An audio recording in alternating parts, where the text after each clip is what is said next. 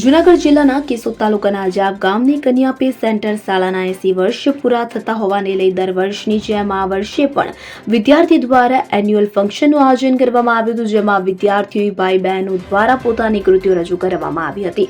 આ રીતે સરસ આયોજન કરવામાં આવ્યું હતું. આ કાર્યક્રમના અધ્યક્ષ અજાબ ગ્રામ પંચાયત સરપંચ મગનભાઈ અધેરા, અજાબ ગ્રામ પંચાયત સદસ્ય અને શિક્ષણ સમિતિના ચેરમેન અભય વ્યાસ, કેળવણી નિરીક્ષક, વિવિધ શાળાના આચાર્ય અને સ્ટાફ તેમજ નગરજનો મોટી સંખ્યામાં ઉપસ્થિત રહ્યા. આ તકે વિદ્યાર્થીઓનું સન્માન કરવામાં આવ્યું હતું તો ગામના દાતાઓનું પણ સન્માન કરવામાં આવ્યું હતું. આ કાર્યક્રમને સફળ બનાવવા શાળાના આચાર્ય કરિશનભાઈ મોછાર તથા સ્ટાફના ગિરધરભાઈ કાથડ અને શાળા પરિવાર તરફથી ભારે જહેમત ઉઠાવાઈ હતી. આ કાર્યક્રમને સફળ બનાવવા બાળકો દ્વારા સરસ સાંસ્કૃતિક કાર્યક્રમ પણ રજૂ કરાયો હતો. કાર્યક્રમ બાદ વિદ્યાર્થીઓ અને મહેમાનો સાથે સમૂહ ભોજનનું પણ આયોજન કરવામાં આવ્યું હતું. સમગ્ર કાર્યક્રમ દરમિયાન મોટી સંખ્યામાં ગ્રામજનો પણ ઉપસ્થિત રહ્યા હતા. આ તકે શાળા પરિવાર તરફથી ગ્રામજનોનો આભાર પણ વ્યક્ત કરવામાં આવ્યો હતો.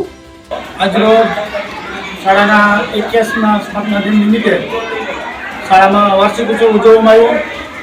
તેમાં ગામના સરપંચશ્રી, એસએમસીના અધ્યક્ષશ્રી, પંચાયત સદસ્યશ્રીઓ તેમજ તાલુકા પ્રાથમિક શિક્ષણ અધિકારી, એડી શિક્ષણશ્રી, અમારા સંઘના હોદ્દેદારો તથા પે સેન્ટરના જુદી જુદી શાળાના આચાર્ય અને શિક્ષકોએ હાજરી આપ્યા.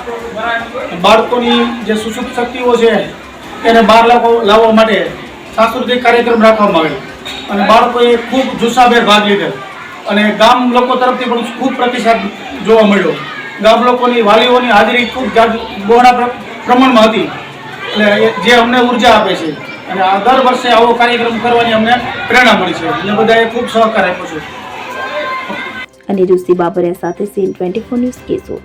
હવે જુઓ દેશ દુનિયાની તમામ ખબરો તમારી આંગળીના ટેરવે. ઉઠાવો મોબાઈલ અને ગૂગલ પ્લે સ્ટોર પરથી ડાઉનલોડ કરો અમારી CN24 ન્યૂઝ મોબાઈલ એપ.